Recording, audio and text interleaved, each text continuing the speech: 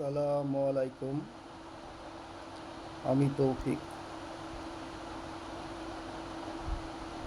আজকে একটা ছোট্ট কথা বলার জন্য এসেছি। আমরা সচরাচর মানুষকে বলতে শুনি, আমি খুব ব্যস্ত। অনেকজন হয়তো খুব গর্বের সাথে বলে যে ভাই আমি খুব ব্যস্ত আছি। আমি ব্যস্ততা সবসময়।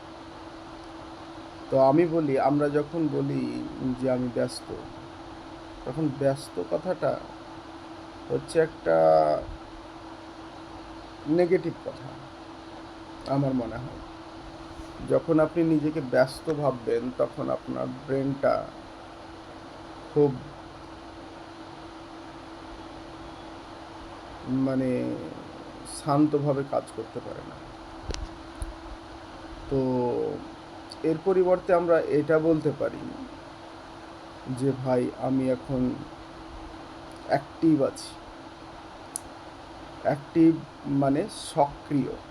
মানুষ যখন কোনো কাজ করে তখন সক্রিয়া, আর তুমি কাজ করছো না তার মানে তুমি ইনঅ্যাক্টিভ।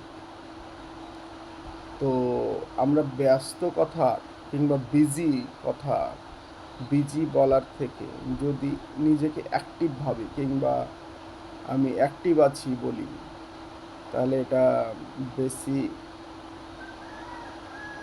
এফেক্টিভ এবং বেশি ভালো, এবং আপনার ব্রেন এরও মনে হবে যে আপনি সত্যি সত্যি অ্যাক্টিভ আছেন এবং সক্রিয় আছেন, মনোযোগ দিয়ে নিজের কাজটা করছেন।